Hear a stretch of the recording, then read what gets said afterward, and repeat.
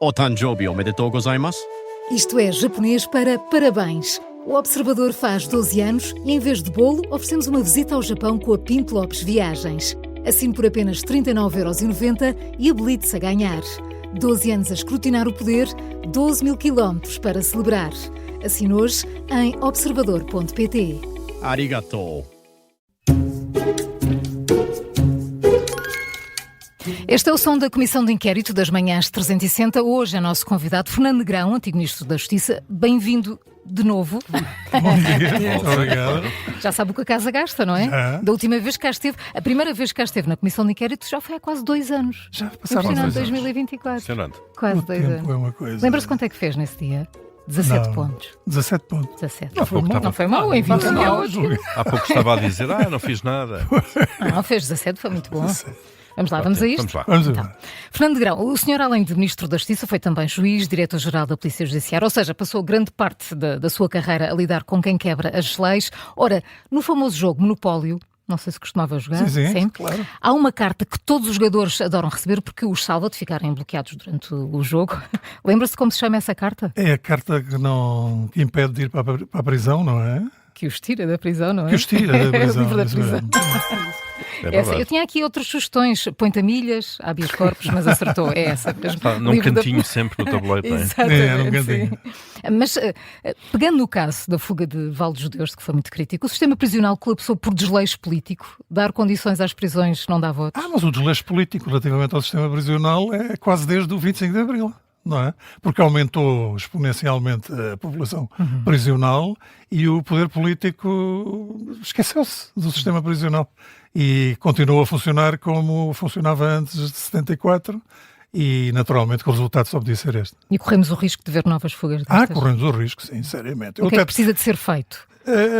Precisamos coisa, eu de uma sei. reformulação do sistema prisional, começando nos estabelecimentos prisionais. Então, mas isso não foi prometido na altura Foi da fuga? prometido já por vários ministros da Justiça. Todos eles prometem, não é? Por exemplo, todos eles prometem a venda do estabelecimento prisional de Lisboa. Ali no topo de Parque Eduardo VII. Isso, só falo nesse, porque há um outro, que é o Pinheiro da Cruz, também se é prometido a venda regularmente, e eles continuam a funcionar com toda a normalidade, cada vez mais degradados, cada vez com menos capacidade de ressocializar os presos que são condenados pelos tribunais em penas de prisões efetivas e, portanto, quer dizer, Mas neste isso marasmo é como o João nós diz, é porque vivemos. não dá votos? É porque não dá votos que Não dá isto não votos. avança? Os espaços fechados não dão votos. Se nós olharmos bem, nós temos problemas graves no sistema prisional, nós temos problemas graves nos hospitais psiquiátricos, é outro espaço fechado.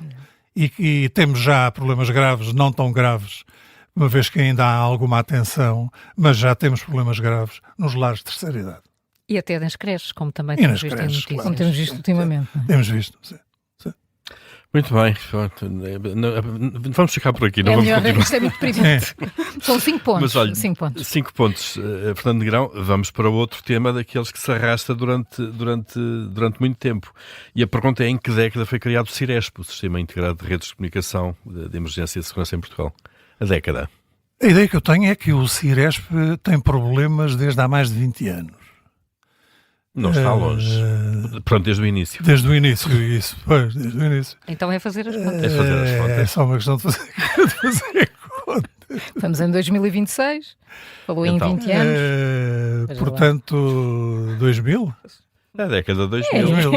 Foi criado mesmo em 2006. Está a fazer 20 anos. Sim, está a fazer fazer 20 anos. Não me parece que haja grande motivo para comemorar. Não, nenhum.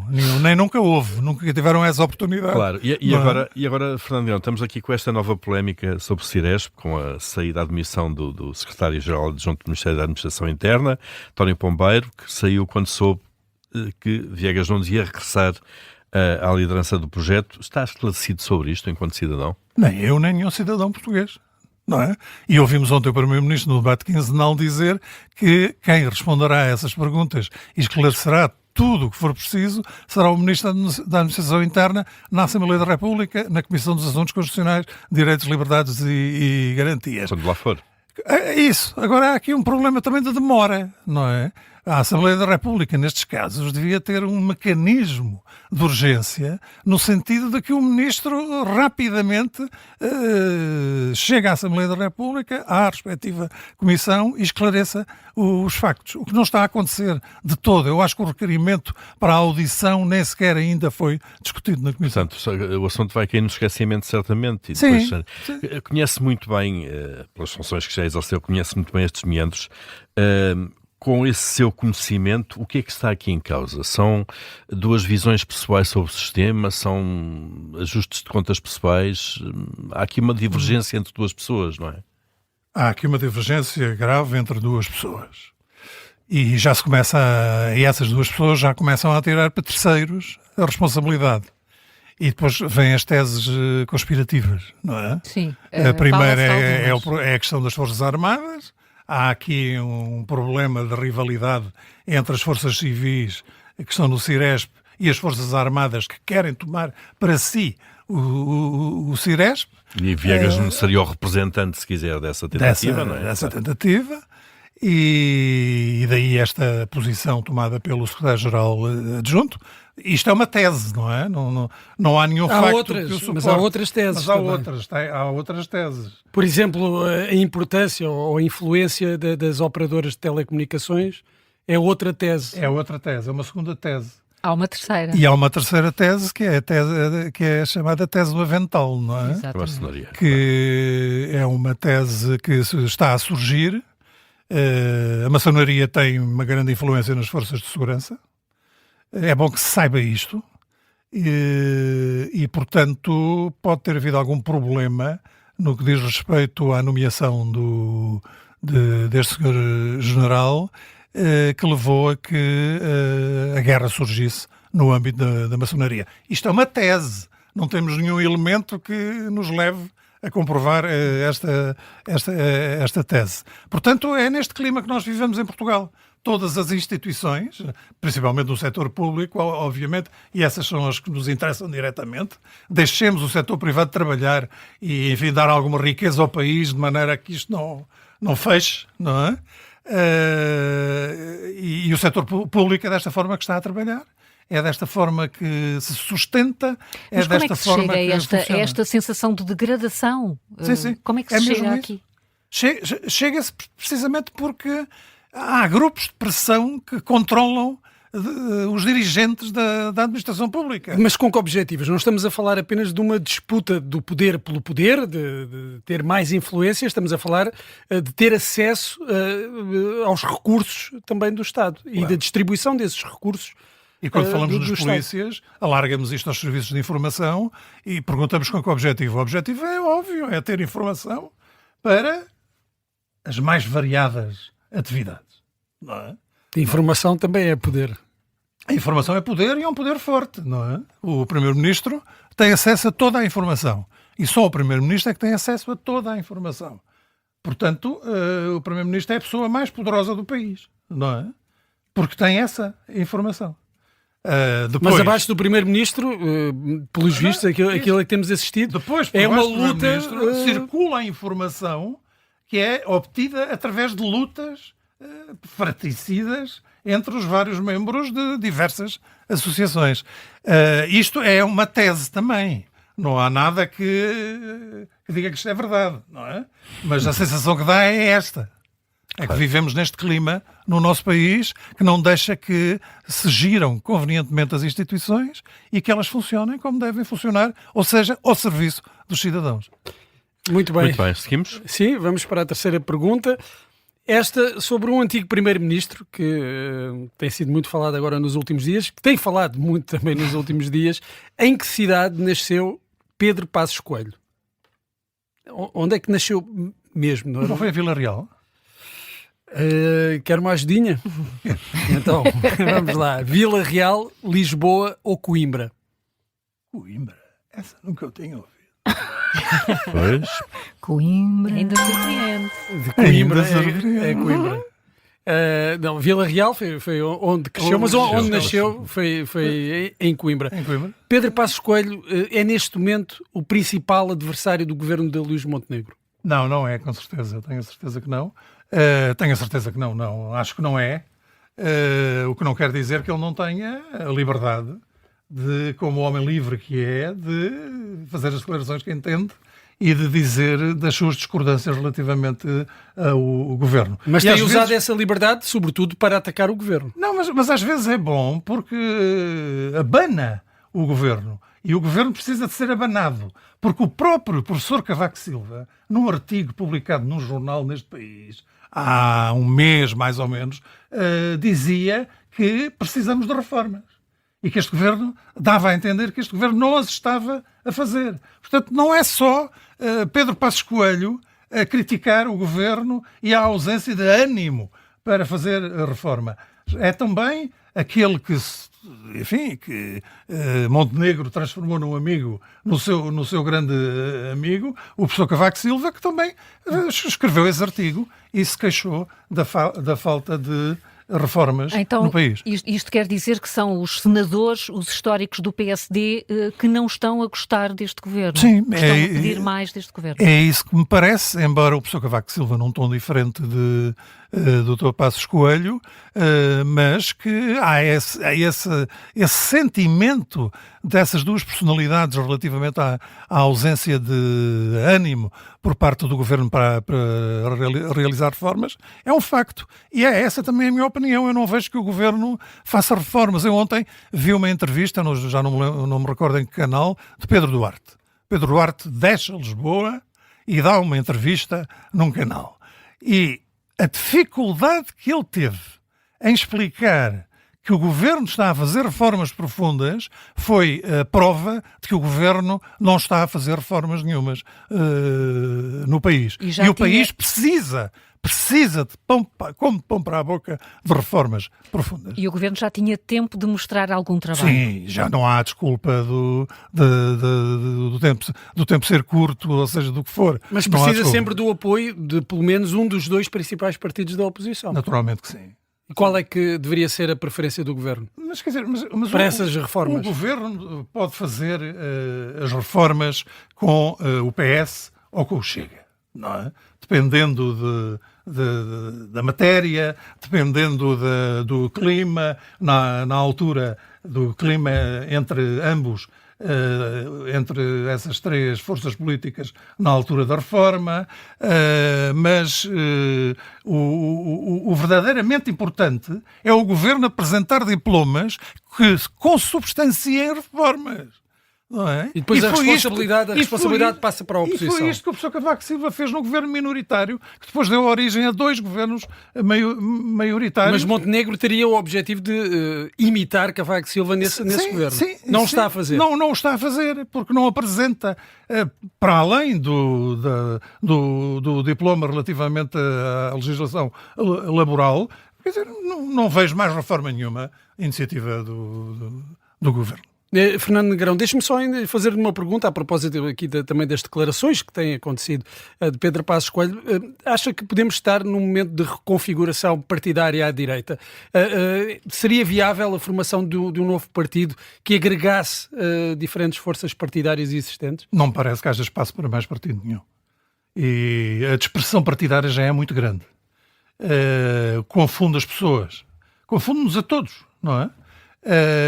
E mais um partido político seria um fiasco, assim como aconteceu com o partido político criado por Pedro Santana Lopes, por exemplo, que não sortiu qualquer Pedro Passos Coelho não teria a tentação de ir por aí, por essa Não, Pedro Passos Coelho não tem de certeza essa tentação.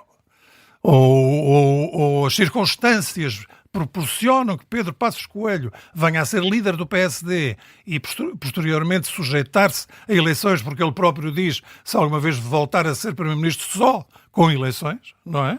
Ou isto acontece, ou... Acha que estamos mais perto dessa situação? Acho que já estivemos mais longe.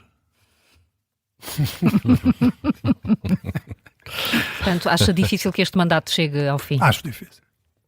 Acho difícil que chegue ao fim. Ponto crítico será a discussão do Orçamento do Estado agora? Sim, veremos a discussão do Orçamento do Estado, veremos o PS e os seus interesses e o seu posicionamento político, assim como o Chega. Por falar nisso e calendário eleitoral, dá algum peso ao facto de terem aparecido agora cartazes do PS nas ruas, do PSD também. Mas parece que entramos numa campanha num período pré-eleitoral. Sim, sim. O PS tem, ainda hoje, curiosamente, vinha a caminho e vi 3 cartazes do líder, do secretário-geral do Partido Socialista. Falar da alternativa. Não, a sensação que dá é que, quer dizer, eu sou o líder do PS, estou aqui, não é? Agora está aqui para quê? Neste momento só pode estar para eleições, não é? E dar-se a conhecer. E, portanto, começa. Os primeiros passos estão a ser dados, não é? Agora veremos como é que tudo isto evolui e se teremos eleições ou não. Fernando Negrão, vamos à próxima pergunta, mas vamos continuar ali naquele ambiente das declarações de Pedro Passos Coelho. Quem é o autor do livro que foi apresentado naquele momento em que Passos Coelho se referiu aos políticos postiços e aos prostitutos sem caráter? Blanco de Moraes. Ora bem, muito bem. Já tem 17, os mesmos que fez da última empatou. vez. Já empatou.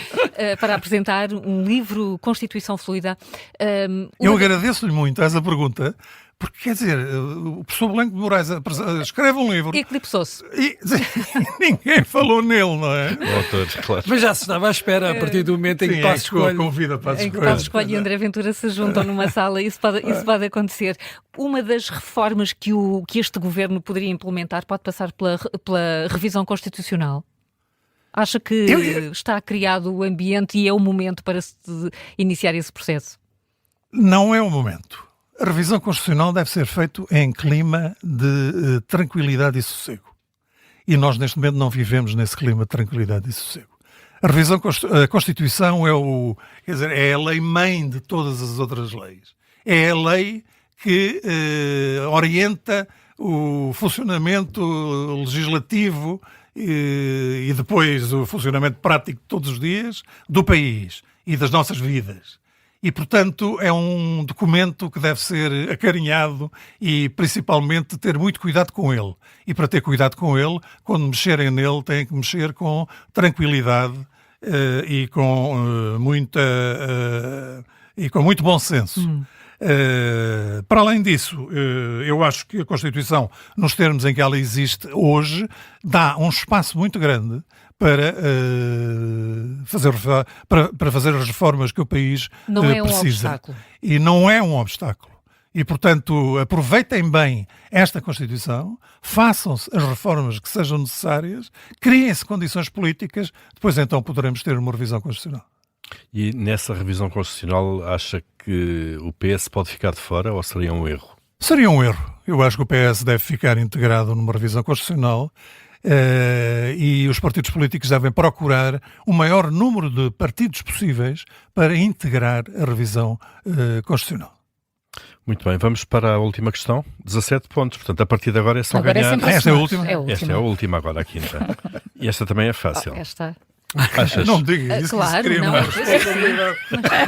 Coloca logo pressão, não é? Sempre que dizemos isto, Zero estamos pressão, a pôr exatamente, pressão. é verdade. Vamos lá então.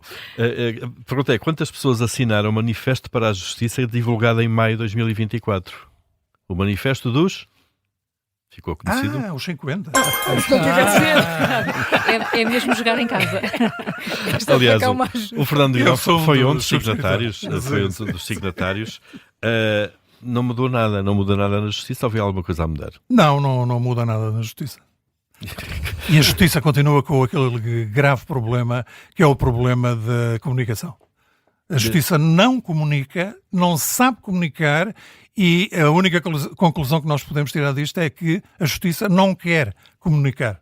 Tá, e acha que a Justiça aí abrange todas as áreas? Ou podemos falar aqui da investigação criminal, Ministério Público, podemos falar dos tribunais? É tudo por igual ou há áreas piores do que outras? Não, é tudo por igual. É tudo mau. E é tudo mau. E os piores, nem se fala neles, que são, por exemplo, os processos que estão nos tribunais administrativos e fiscais. Que é onde existem ainda processos com 20 anos. As demoras Não é? maiores são aí. As demoras maiores são nesse tribunal. E pouco se fala nos tribunais administrativos E e fiscais. economicamente são dos mais importantes. Isso sim, envolve verbas avultadíssimas. Nós conhecemos publicamente há poucas semanas um relatório, uma auditoria ao DCAP, que no fundo mostrava as ineficiências na gestão daquela área. Acha que o poder político, o governo e o Parlamento não têm coragem para mexer nessa área?